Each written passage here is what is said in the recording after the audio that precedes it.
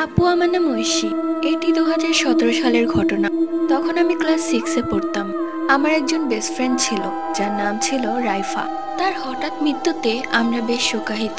বেশ কিছুদিন ওর আচরণে আমরা বেশ চিন্তিত ছিলাম। ও স্কুলে আসলে আমাদের সাথে বেশি একটা কথা বলতো না। তার কিছুদিন পর তো স্কুলে আসাই বন্ধ করে দিয়েছিল। 2 দিন আমরা ওদের বাড়িতে গিয়েছিলাম, কিন্তু ও আমাদের সাথে কোনো কথা বলেনি।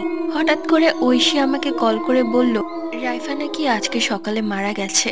বেস্ট ফ্রেন্ডের হঠাৎ মৃত্যুতে আমরা সবাই ভেঙে পড়ি। রাইফাকে যখন দেখতে গিয়েছিলাম, কাফনের কাপড়টা তুললে ওর মুখটা ভেসে উঠেছিল। চোখের নিচে ছিল এক গুচ্ছ কালো দাগ, আর চেহারাটা ছিল অনেক বেশি মলিন।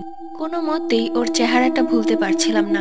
রাতে ঘুমিয়ে আছি, বারবার ওর চেহারাটা মনে পড়ছে। ঘুমটা ভেঙে গেল, দেখি আমার রুমের সিলিং ফ্যানে ও ফাঁস দিয়ে ঝুলছে আর আমার দিকে তাকিয়ে করুণ ভাবে কাঁদছে।